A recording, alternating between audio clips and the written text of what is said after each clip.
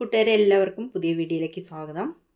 ഇന്ന് നല്ല ടേസ്റ്റി ആയിട്ടുള്ളൊരു സ്നാക്കിൻ്റെ റെസിപ്പിയാണ് കേട്ടോ. വാഴയ്ക്ക വെച്ചാണ് നമ്മളിത് തയ്യാറാക്കുന്നത്.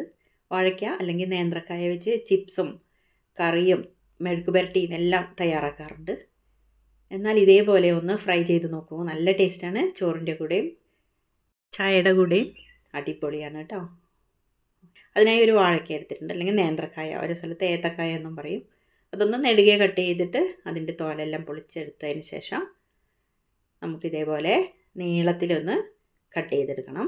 നന്നായി കനമൊന്നും കുറയണ്ട കേട്ടോ. ഇതേപോലെ ഇനി നമുക്കതിൻ്റെ കറ കളയാനായിട്ട് മഞ്ഞളും ഉപ്പും കൂടി കലക്കിയ വെള്ളത്തിലിടാം. എല്ലാവർക്കും അറിയാലോ കായയുടെ കറയൊക്കെ കളയണത് ഇങ്ങനെയാണെന്ന്. അതിനുശേഷം കഴുകി വൃത്തിയാക്കി എടുക്കാം. ഇനി ഒരു പാത്രത്തിലേക്ക് വെള്ളം തിളപ്പിച്ച് ഈ കായ അതിലേക്ക് ഇട്ട് കൊടുത്തിട്ടൊന്ന് 1/4 ഭാഗത്തോളം വേവിച്ചെടുക്കാം കേട്ടോ.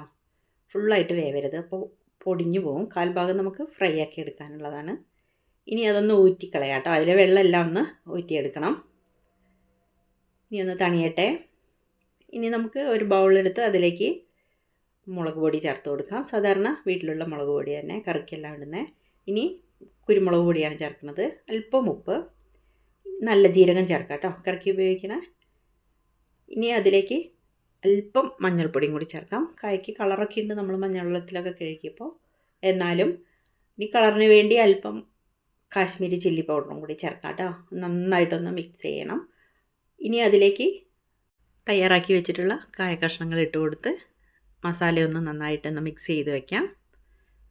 ഇനി ഒരു പാനിലേക്ക് എണ്ണ ഒഴിച്ച് നന്നായി ചൂടായി വരുമ്പോൾ ഇത് ഇട്ട് കൊടുത്തിട്ട് ഒന്ന് ഫ്രൈ ആക്കി എടുക്കണം കേട്ടോ. നല്ല ക്രിസ്പി ആയിട്ട് വരുമ്പോൾ കോരിയെടുത്താൽ മതി, എന്നാലും ഉള്ളിലേക്ക് നന്നായിട്ട് വെന്തിട്ടുണ്ടാവും. നല്ല ടേസ്റ്റാണ്. ഇനി ഒരു ഡെക്കറേഷന് വേണ്ടി അല്പം കറിവേപ്പിലയും കൂടി എണ്ണയിലേക്ക് ഇട്ടൊന്ന് മൂപ്പിച്ചിട്ടാൽ സൂപ്പർ ടേസ്റ്റി ആയിട്ടുള്ളൊരു സ്നാക്കാണ്. ചായയുടെ കൂടെയൊക്കെ സൂപ്പറാണ് കേട്ടോ. എല്ലാവരും ഉണ്ടാക്കി നോക്കൂ, അഭിപ്രായം പറയണേ.